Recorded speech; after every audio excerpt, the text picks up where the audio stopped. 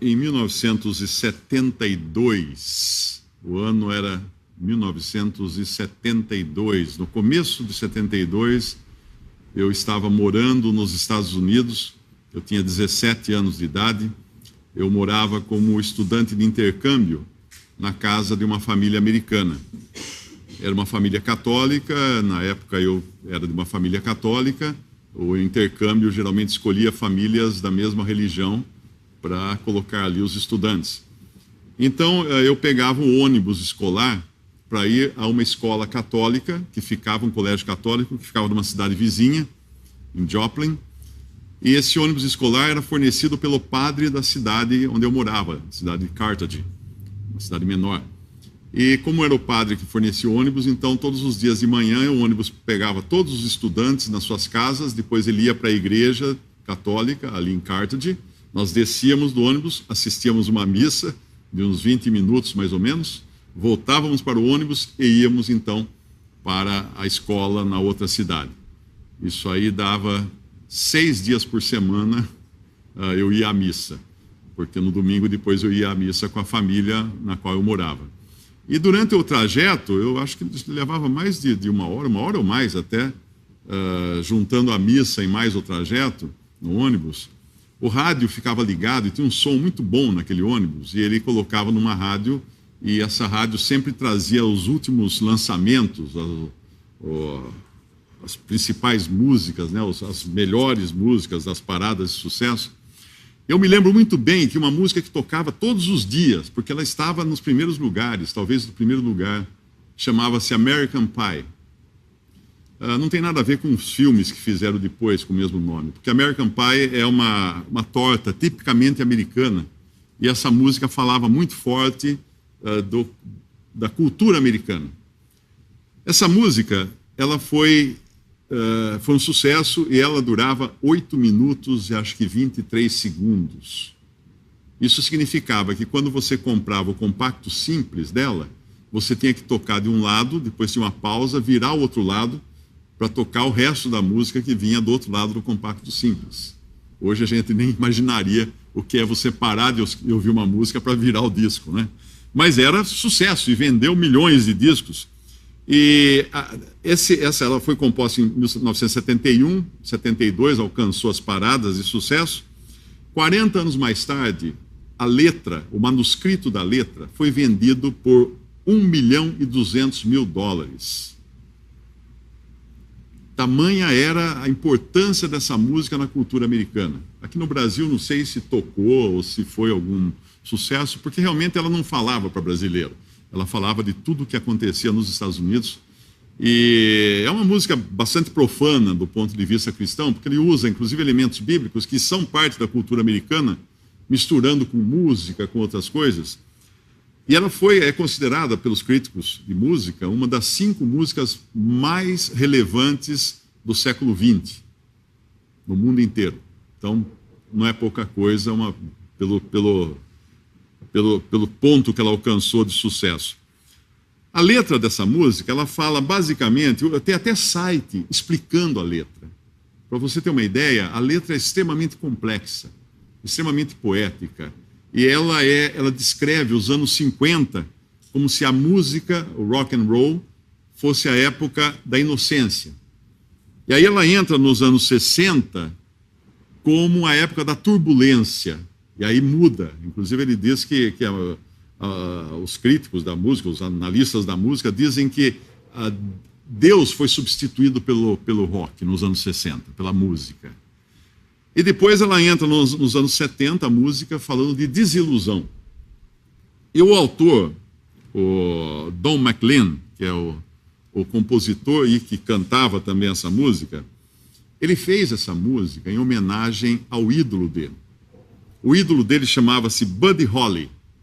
O Buddy Holly era um cantor de rock dos anos 50, que teve assim uma ascensão meteórica. Ele subiu rapidamente. E ele, muito jovem, né, muito novo, fala cantor de rock dos anos 50, ele cantava de terno e gravata borboleta, né, só para a gente não confundir com os cantores de rock de hoje. Mas ele morreu. Depois de terminar um show, ele fretou um pequeno avião monomotor com mais 3 da banda e decolou. 8 minutos depois, bateu, caiu, matou todo mundo que estava no avião. Do mesmo modo que ele teve um sucesso muito repentino, ele morreu com 23 anos, muito rapidamente. E ele era o ídolo. O ídolo desse Don McLean, que era um garoto na época, entregava jornais e chorava quando ele entregava os jornais, porque ele via a notícia da morte do ídolo dele. E a mensagem da música, da canção, é que a música morreu. Para ele, a música tinha morrido. Aquilo que era tudo para ele na vida tinha morrido. Essa perda gerou frustração nele. E é disso que ele fala os 8 minutos e tanto. Essa frustração intercalada com a história do rock. O que acontece com uma pessoa assim, que tinha um ídolo e o ídolo morre? Para até produzir uma música tão pesada, tão emocional, né, tão emotiva, ele fica com um vazio. Ele fica com um vazio enorme. Então ele tem que correr pegar outro ídolo. Ele precisa de um outro ídolo. Não tem como ficar sem um ídolo. Às vezes ele pode fazer da sua frustração o seu ídolo. Tem pessoas que fazem da sua doença o seu ídolo. São os hipocondríacos. Todo lugar que vai só fala da doença, só fala do problema. Tem outros que fazem da frustração o seu ídolo. Alguém perde uma pessoa querida, aí vive o resto da vida se lamentando, transforma aquele morto no seu ídolo. E isso é muito comum nós encontrarmos esse tipo de coisa. Uma passagem interessante em Êxodo capítulo 20, quando Deus deu a lei a Israel, ele deu os mandamentos, ali nós temos os 10 mandamentos, e os 2 primeiros mandamentos são muito importantes, porque o primeiro fala assim: eu sou o Senhor teu Deus. E em outras passagens vai falar: só o Senhor teu Deus adorarás. Eu sou o Senhor teu Deus. E depois a continuação, no versículo 3 de Êxodo 20, ele fala: não terás outros deuses diante de mim. Então são duas opções apenas. Eu sou o teu Deus. Ao teu Deus adorarás, etc. Não terás outros deuses além de mim. Mas espera aí. E se eu não quiser ter nenhum Deus? E se eu quiser uma opção no meio aqui? Não quero Deus nenhum. Não pode. É impossível. Por que é impossível? Porque Deus criou o homem para ser um adorador. Faz parte da estrutura humana adorar. Isso que muita gente não entende. Que Deus criou o homem para ser um adorador. Não existe a opção de não adorar coisa alguma. Então, na falta da adoração a Deus, nós corremos buscar outra coisa ou outra pessoa para adorarmos. Porque nós não conseguimos ficar. Ah, mas e o ateu? O ateu adora o seu ateísmo. Ele adora o seu ateísmo. Você entra no YouTube, tem centenas de vídeos de ateus pregando o seu ateísmo, criticando religião essa, religião aquela, soltando farpa para todo lado, criticando todo mundo, porque ele adora o seu ateísmo de tal maneira que ele dedica tempo da sua vida para falar do seu ateísmo. Ele prega o seu ateísmo. Porque não existe a opção de não adorar. Quando em João, capítulo 4, versículos 23 e 24, muitas vezes nós lemos esse versículo achando que Deus procura adoradores. Mas Deus não procura adoradores. Ele fez o ser humano um adorador. Esse versículo, ele fala assim: mas a hora vem, e agora é, em que os verdadeiros adoradores... Por que verdadeiros adoradores? Porque existem falsos adoradores, que são os adoradores que não adoram a Deus. Os verdadeiros adoradores adorarão o Pai em espírito e em verdade, porque o Pai procura a tais que assim o adorem. Deus é espírito e importa que os que o adorem em espírito e em verdade. Essa passagem não está dizendo que Deus procura adoradores. Está dizendo que Deus procura os verdadeiros adoradores. Porque Deus não procura os falsos adoradores. Porque existem os falsos e os verdadeiros. Não existe uma terceira classe de pessoas no mundo. Todos são adoradores. Faz parte da estrutura humana adorar algo ou alguém. Por isso que a gente vê milhões aí de pessoas adorando as coisas mais esdrúxulas que você possa imaginar. Tem vaca, adora uma vaca lá na Índia, o outro adora um besouro lá, os antigos egípcios adoravam o escaravelho, um besouro que se alimenta de esterco, e adorava o besouro, adorava gato, adorava pássaros. Tem pessoas que adoram árvores, adoram tudo que você imaginar é possível para o homem fazer como objeto de adoração.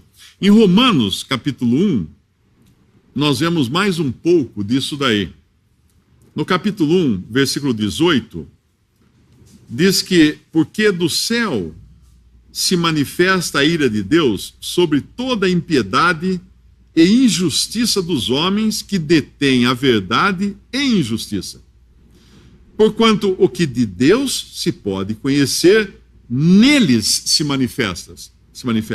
Não diz que foi manifestado a eles. Neles se manifesta. Tem uma outra passagem eclesiástica que diz que Deus colocou a eternidade no coração do homem. O homem nasce sabendo que ele nunca mais vai deixar de existir.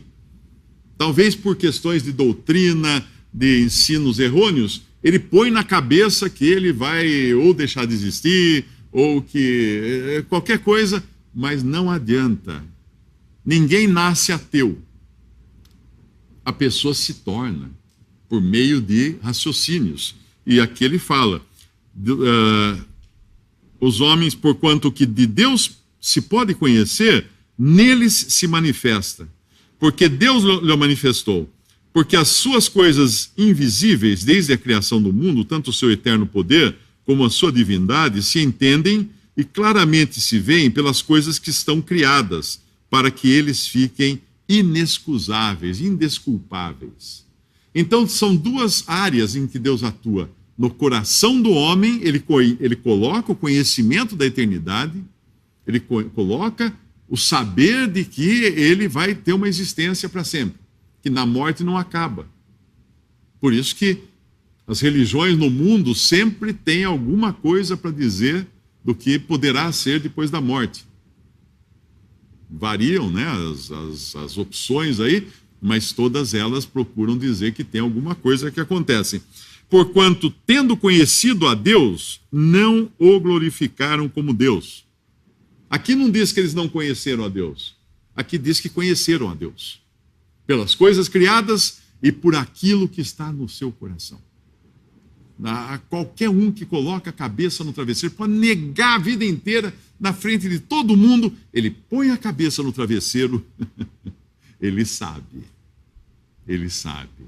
Ou como é aquela famosa frase, né, do piloto ateu, a hora que o avião vai bater no chão e ele fala, meu Deus, que realmente a pessoa sabe que tem algo depois. E ele vai falar assim, porquanto tendo conhecido a Deus, não o glorificaram como Deus, nem lhe deram graças, antes nos seus discursos, uma outra versão fala, nos seus raciocínios, se desvaneceram, e o seu coração insensato se obscureceu, dizendo-se sábios, tornaram-se loucos, e mudaram a glória do Deus incorruptível em semelhança de imagem de homem corruptível, de aves, de quadrúpedes, de répteis. E eu acrescentaria aqui agora de música, como é o caso do autor da nossa American Pie, que ficou desacorçoado quando morreu o seu ídolo, ao ponto dele lamentar isso em prosa e verso na sua canção. Tem uma passagem em Romanos 8, de 5 a 8, que eu acho que tem uma conexão importante com esse assunto, que ela diz assim, porque os que são segundo a carne, inclinam-se para as coisas da carne, mas os que são segundo o Espírito, para as coisas do Espírito. Porque a inclinação da carne é morte, mas a inclinação do Espírito é vida e paz. Porquanto a inclinação da carne é inimizade contra Deus, pois não é sujeita à lei de Deus, nem em verdade o pode ser. Portanto, os que estão na carne não podem agradar a Deus. Esse versículo, o contexto dele é mais direcionado àqueles que já são convertidos, e aqui nos fala de andar de uma forma ou de outra. Mas o princípio se aplica também quando nós pensamos que só é possível adorar a Deus em espírito e em verdade, porque Deus é espírito.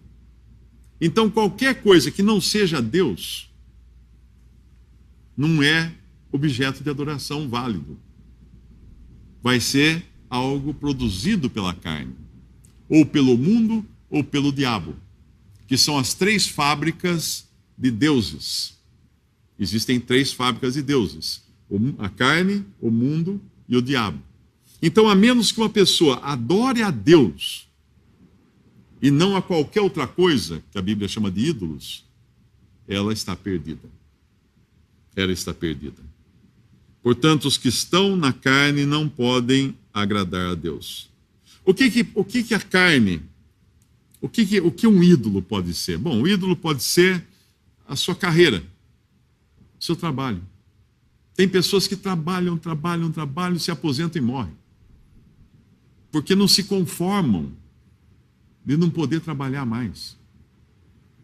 Eu conheço, às vezes, executivos, né, que chegam num ponto, são mandados embora, já com uma certa idade, e eles estavam sentados na cocada, né? Estavam ali, era dono do mundo, com um jato para viajar, para carro com chofer, todo mundo lambendo os pés, e de repente as empresas grandes, multinacionais, chegam uma hora e eles cortam as cabeças dos mais graduados por causa de custos. Isso é normal hoje, a empresa muda de dono todo dia, as empresas conglomeradas, junta, une, divide e tal.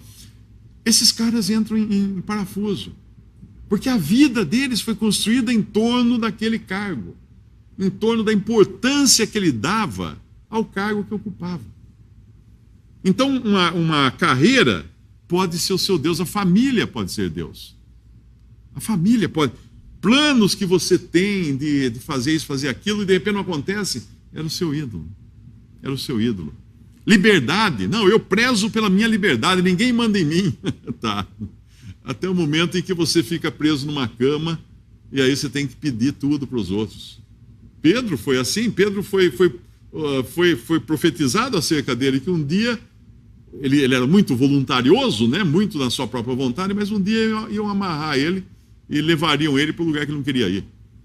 Ele teria que se deixar conduzir, porque ele tanto prezava a sua liberdade que Deus teve que cortar isso dele. Política, dinheiro, bens, o carro. Tem gente que idolatra o carro. Eu nunca esqueço uma vez, uma reportagem no jornal, teve um acidente na Avenida Brasil, em São Paulo, uma batidinha de carro. E os policiais que foram atender a ocorrência ficaram abismados. Aí chamaram até a imprensa para ver, né? Porque o dono do Opala, era um Opala, que na época o Opala era carro, né? O dono do Opala estava abraçado na frente do Opala, chorando e chamando o Opala por um nome. O Opala tinha nome, ele chorava, abraçava, porque amassou a frente do Opala dele, ele chorava. Então é uma pessoa que idolatrava o seu próprio carro. O amor, a paixão por alguém pode ser o ídolo. Quantas pessoas nós vemos nos jornais que se suicidam quando perdem a sua paixão, quando perdem a pessoa que amavam. E algumas são tão egoístas que não só querem se matar por isso, como mata outra pessoa. Mata outra pessoa deixou, então ninguém mais vai ficar com ela. Mata outra e se mata em seguida. Por quê? Porque era uma idolatria. Idolatrava. O Deus era esse. O Deus era a sua namorada, ou seu namorado, a sua esposa, o seu esposo. Era o Deus. Era esse o Deus. Quantos casos existem disso? Artistas de cinema, cantores famosos, que quando começam a perder a sua relevância, se suicidam. Ou então se encharcam de drogas até ter uma overdose e morreu, que é a mesma coisa que se suicidar. A pessoa toma todas, cheira todas, pica todas, e aí não tem corpo que aguente uma coisa dessa e morre. Por quê? O seu sucesso, ser celebridade, as luzes, as câmeras, as páginas dos jornais, as telas do cinema, isso era o seu ídolo. Isso era o seu ídolo, isso era a razão da sua vida. Uma boa coisa. Aliás, tem um outro ídolo que é muito comum, que é a religião. A religião é idolatria. Uma pessoa que defende a sua religião com unhas e dentes. Não, a minha religião é a certa. A minha igreja é a igreja que salva. Eu todos os dias tem caras que escrevem para mim irados, porque o que eu falei não se encaixa na igreja dele. De repente é pior que eu ter xingado a mãe do rapaz, porque ele está louco da vida. Tem uns que me xingam. Religião é idolatria. A pessoa idolatra uma religião. E hoje nós temos uma outra religião que é idólatra, são as teorias conspiratórias. Eu fico abismado de ver as mensagens que eu recebo quando eu ponho em dúvida alguma teoria conspiratória, tipo a Terra plana ou coisa assim. Tem gente que escreve e fala assim: você não é mais meu irmão em Cristo. Como assim? Só tem irmão na Terra plana? A pessoa idolatrou aquela teoria conspiratória, nunca entendeu o que é o cristianismo bíblico. Isso está cheio hoje. Tem muitos hoje por aí. Mas então, a primeira pergunta para saber se eu tenho ídolo é: o que me controla? A que eu dedico minha vida? O que é aquilo que dá sentido ao meu viver? Podem ser coisas lícitas, mas se isso me controla, é meu ídolo. Esse é meu ídolo. E todos nós, num momento ou no outro, acabamos idolatrando alguma coisa. Em Jeremias 2, 25 a 27, o profeta escreve assim: como fica confundido, Jeremias capítulo 2, versículo 25. Como fica confundido o ladrão quando o apanham, assim se confundem os da casa de Israel, eles, os seus reis, os seus príncipes, os seus sacerdotes, os seus profetas, que dizem ao pau: tu és meu pai, e à pedra: tu me geraste, porque me viraram as costas e não o rosto. Mas no tempo da sua angústia dirão: levanta-te, livra-nos. Onde, pois, estão os teus deuses que fizeste para ti? Que se levantem, se te podem livrar no tempo da tua angústia, porque os teus deuses, ó Judá, são tão numerosos quanto as tuas cidades. Israel fazia ídolos de montão, e Deus está aqui falando com ironia acerca deles. Cadê os ídolos? Em que eles vão ajudar vocês? E isso, quando nós pensamos naquela passagem lá atrás, que eu li um pouco antes: os que estão na carne não podem agradar a Deus, porque a inclinação da carne é morte, mas a inclinação do Espírito é vida e paz. Porque Deus é Espírito. Se eu adoro a Deus, eu estou adorando o Criador de todas as coisas, aquele que é sem começo e sem fim. Então eu estou num barco seguro. Se eu adoro qualquer outra coisa, essa coisa teve começo e vai ter fim. Meu barco está furado. Uma hora a música morre.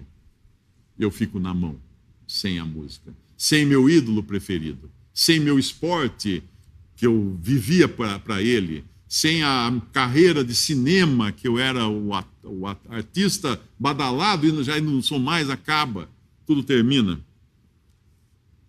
Quando você tenta ser salvo sem Cristo, isso é idolatria. E aí entra uma idolatria que a maior parte da cristandade não percebe. Quando a pessoa pensa que a sua salvação será por seus próprios esforços, não, eu vou melhorar, eu preciso perseverar até o fim, preciso ir à igreja, preciso obedecer ao meu pastor, preciso isso, preciso aquilo. Isso é idolatria. Por quê? Porque não tem a Deus como o Salvador. O próprio Filho de Deus, Jesus, que é Deus e homem como Salvador. Tem qualquer outra coisa, mesmo que seja cristianizada. Hoje eu recebi um comentário, né, que puseram num vídeo meu. Um sujeito escreveu assim: com que autorização, não lembro bem a palavra que ele usou, com que autorização este senhor está pregando o evangelho, se ele não está afiliado a nenhuma igreja para enviá-lo a pregar? Se ele não tem nenhum pastor sobre ele? Olha como é que está a cabeça das pessoas. Para pregar o evangelho agora você tem que ter autorização do pastor, de uma igreja, de uma instituição, senão você não pode pregar o evangelho. Pobre dos evangelistas que fugiram de Jerusalém e evangelizaram a Ásia. Com ordem de quem eles estavam fazendo? Isso me faz lembrar uma corrida de automóveis que teve, acho que era a Fórmula 1 ou alguma outra fórmula, no Principado de Mônaco, muitos anos atrás, e tinha um corredor que ele é cristão, Alex Dias Ribeiro, e o carro dele, ele sempre pintava do lado do carro uma frase: Cristo salva. Ele tinha aquela marca no carro dele. E nessa corrida ele distribuiu ao longo de todo o percurso no Principado de Mônaco faixas penduradas sobre a pista, escrito Cristo salva. Então, a hora que filmavam os carros, estava sempre lá, Cristo salva, aparecendo na TV, nos lugares. Acabou a corrida, ele foi convocado pelo bispo de Mônaco para dar explicações quem tinha autorizado ele usar o nome de Cristo. Com autorização de quem ele estava usando o nome de Cristo? Porque o bispo não autorizou. Quem foi que autorizou? Percebe? Então, tentar ser salvo por qualquer outra coisa que não seja o Salvador, que é Deus e homem, é idolatria. Eu vou idolatrar minhas obras, o meu andar, a minha perseverança, a minha oração, o meu jejum, o meu qualquer coisa, o meu dízimo, a minha obediência à religião X. Isso é idolatria. Porque não é Deus, não é Cristo, não é aquele primeiro mandamento: eu sou o Senhor teu Deus, não terá outros além de mim. Não é aquele mandamento. Que outros? As minhas obras. Meus ídolos. A minha perseverança, meus ídolos. Eu já disse que as fábricas de ídolos que produzem os nossos ídolos são a carne, o mundo, e o diabo também.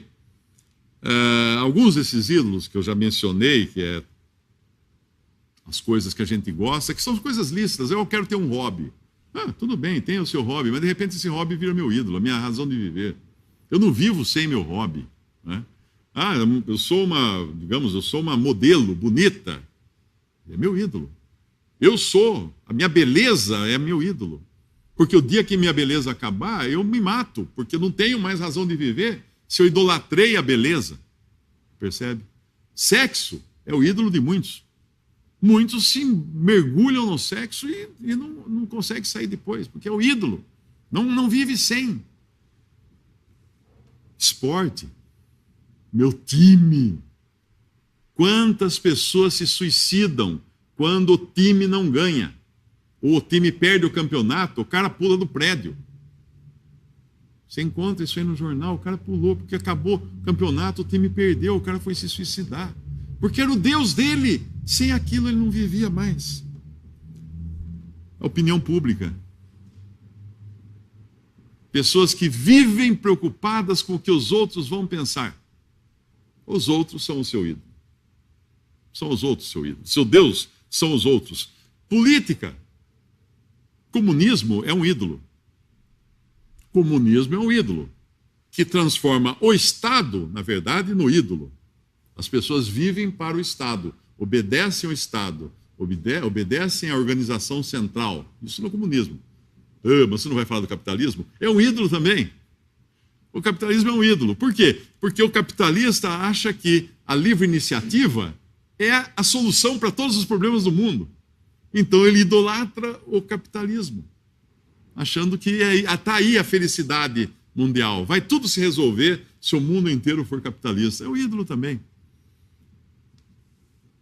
E você vai mais, ciência, né? Quanta gente fala assim, não, eu creio só na ciência. Tá legal. Tem uma frase famosa que diz assim, a ciência caminha de funeral em funeral. Eu tinha o Tesouro da Juventude, né? e que meu pai me deu, era edição de 1955, eu acho. E ele ficou, acho que com uma das minhas irmãs. E um dia eu fui, achei, não sei se foi na casa de uma delas, uma biblioteca. Eu falei, puxa, o Tesouro da Juventude. Eu adorava, eu devorava aquela coleção de livros. Fui olhar quanto absurdo que tem ali, a começar pela tabela periódica, que era desse tamanho assim, meia dúzia de substâncias lá. Hoje é muito maior a tabela. Os foguetes, como seria o futuro, eles previam o futuro, os planetas, tudo errado a informação que tinha. E era informação científica daquela época. Era um ídolo. Buddy Holly, voltando ao ídolo do autor de American Pie, ele tinha, você lê assim a vida, eu assisti um vídeo, um documentário sobre a vida dele, ele tinha um problema de ter pressa para tudo. Ele achava que ele estava perdendo tempo. Ele queria ser logo um sucesso, porque ele invejava Elvis Presley e outros daquela turma. Ele queria chegar também onde eles tinham chegado. Então ele tinha muita pressa de alcançar o sucesso. E a pressa dele era tão grande que ele conheceu uma garota e convidou-a para jantar. Primeira vez, saiu com a garota, primeira vez, chegou no jantar e pediu a mão dela em casamento. Aí ela falou para ele assim, mas escuta, a gente nem se conhece ainda. Ele falou assim, mas eu não tenho tempo. Eu não tenho tempo. Isso foi 2 anos antes de morrer no acidente do avião. E ele acabou se casando com ela, e ela estava grávida quando ele morreu. Eu não tenho tempo. Eu pergunto a você, você tem tempo? Não. Nenhum de nós tem tempo. Porque o tempo é uma coisa que nós não controlamos. Eu recebo sempre uma pergunta, é interessante, muita gente pergunta, pessoas que se dizem cristãs, dizendo assim, Deus sabe o dia que Deus determina o dia que nós vamos morrer, que cada um de nós irá morrer. A minha resposta é a seguinte, e daí? Que importância tem se Deus determina ou não o dia que nós vamos morrer? Se você crê em Cristo, se você recebeu a salvação pela fé naquele que veio morrer na cruz e perdoar os seus pecados, que importa o dia da morte? Porque o dia da morte vai ser simplesmente o dia que você vai sair daqui e entrar lá na presença dele. Assim é para o salvo por Cristo. Aí vem aquele que bate na madeira, fala assim, vira essa boca para lá. Então você tem um problema. Você está com um grande problema. E o seu grande problema é o seu grande ídolo. Não, eu não tenho ídolo, eu não tenho nada, não adoro nada, imagem, não adoro nada. Tá, adora sim, você adora a vida. Você é um idólatra adorador da vida. Porque se você tem esse pavor de sair dessa vida, a vida é o seu ídolo. Porque aquele que já tem a salvação assegurada, Paulo fala, o meu viver é Cristo, eu morrer é lucro. Por quê? Porque entrar na presença dele. Entrar na presença dele. Mas veja o que é a diferença entre uma pessoa que conhece a Cristo Salvador e quem não conhece. Parece um absurdo. Eu me lembro, um irmão, o Avelino, sempre vinha ao Brasil, e ele estava muito mal a última vez, o coração dele quase parando, com chagas, estava enorme o coração. Levei a um médico, e o médico fez os exames lá no consultório mesmo, chamou ele para a mesa, sentou, eu sentei do lado e falei assim, olha, eu vou dar uma notícia para você muito ruim. Você pode morrer a qualquer momento. Seu coração está quase parando. E ele falou assim, muito bueno, muito bueno. Não, o senhor não está entendendo o que eu estou falando. O seu coração pode parar a qualquer momento, você vai morrer. Muito bueno, vou estar com meu Senhor.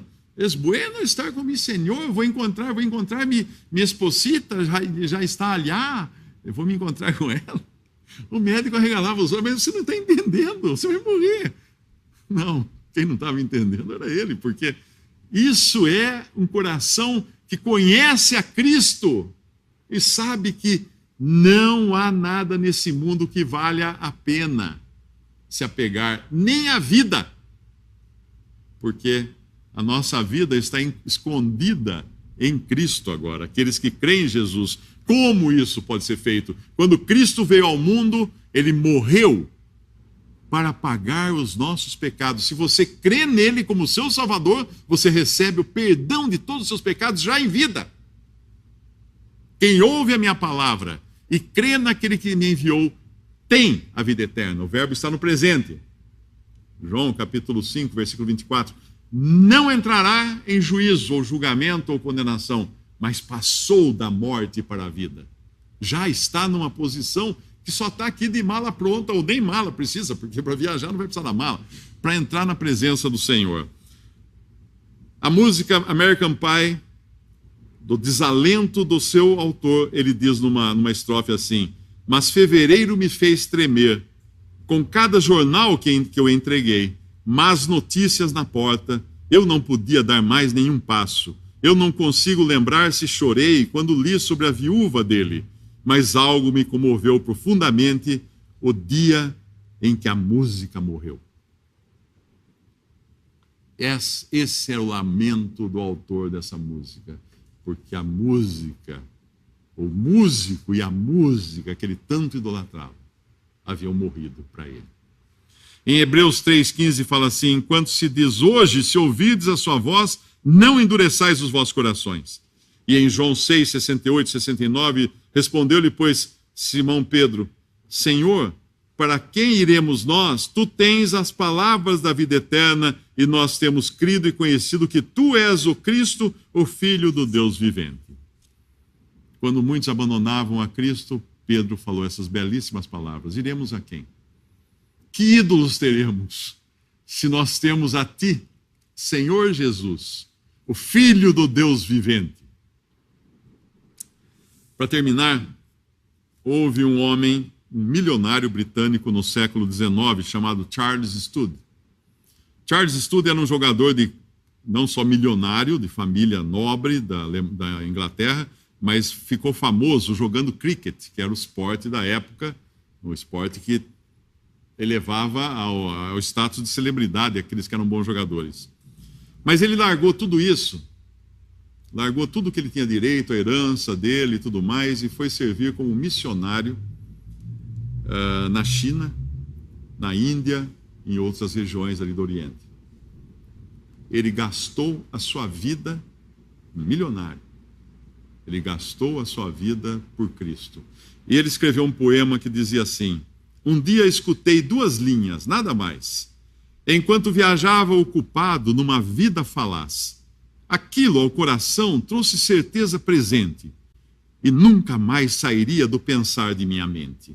Só uma vida que logo vai passar. Só o que for para Cristo irá ficar. Uma vida só, isto mesmo, apenas só uma, cujas horas fugazes são como a bruma, então estarei com o Senhor no dia previsto, ali em pé, diante do tribunal de Cristo. Só uma vida que logo vai passar. Só o que for para Cristo irá ficar. Só uma vida, ecoa uma voz no pensamento, rogando: escolha o melhor de cada momento, insistindo que eu deixe minhas metas egoístas e me apegue a Deus em meus atos e em minha vista. Só uma vida que logo vai passar. Só o que for para Cristo irá ficar. Só uma vida de anos breves na balança, cada um com fardos, temores e esperanças, todos com vasos que preciso encher do que é de Cristo, ou com o meu querer. Só uma vida que logo vai passar. Só o que for para Cristo irá ficar. Quando o mundo e as miragens vierem me tentar e Satanás quiser de minha meta desviar, quando um ego inflado quiser tomar o meu ser, ajuda-me, Senhor, a sempre alegre dizer: só uma vida que logo vai passar. Só o que for para Cristo irá ficar. Dá-me, ó Pai, um só propósito eu ter, na alegria ou tristeza tua palavra viver, fiel e constante, em qualquer tentação, a ti somente eu dedicar meu serão. Só uma vida que logo vai passar. Só o que for para Cristo irá ficar. Que teu amor atice a chama de fervor e me leve a fugir deste mundo vil de dor, vivendo para ti e para ti somente. O teu prazer seja minha meta frequente. Só uma vida que logo vai passar, só o que for para Cristo irá ficar. Só uma vida eu tenho, sim, só uma, é verdade, para poder dizer: seja feita a tua vontade. E quando ouvir o teu chamado finalmente, eu possa dizer que a vivi intensamente. Só uma vida que logo vai passar. Só o que for para Cristo irá ficar. E se eu morrer, quão grande gozo terei ali, se minha chama de vida foi consumida só para ti. Isso é o poema de Charles Studd. Quantas vidas você tem? Só uma vida que logo irá passar. Só uma vida que você agora pode crer em Jesus como seu Salvador e ter vida eterna. Uma vida que nunca, jamais irá passar. Podemos orar. Nosso Deus e nosso Pai, nós damos graças a Ti, ó Pai, por essa vida que podemos ter em Cristo Jesus. Rogamos por aqueles, Pai, que ainda não aceitaram a obra completa de Cristo, ainda não aceitaram a sua morte na cruz, seu sangue derramado, a sua ressurreição, a sua ascensão e glorificação. Para que creiam em Jesus agora mesmo, para que deixem de lado qualquer fé em qualquer coisa que não seja o próprio Filho eterno de Deus. E recebam agora mesmo a salvação, o perdão de todos os seus pecados e a vida eterna. E possam dizer com certeza que sairão daqui para entrar na glória eterna com Cristo.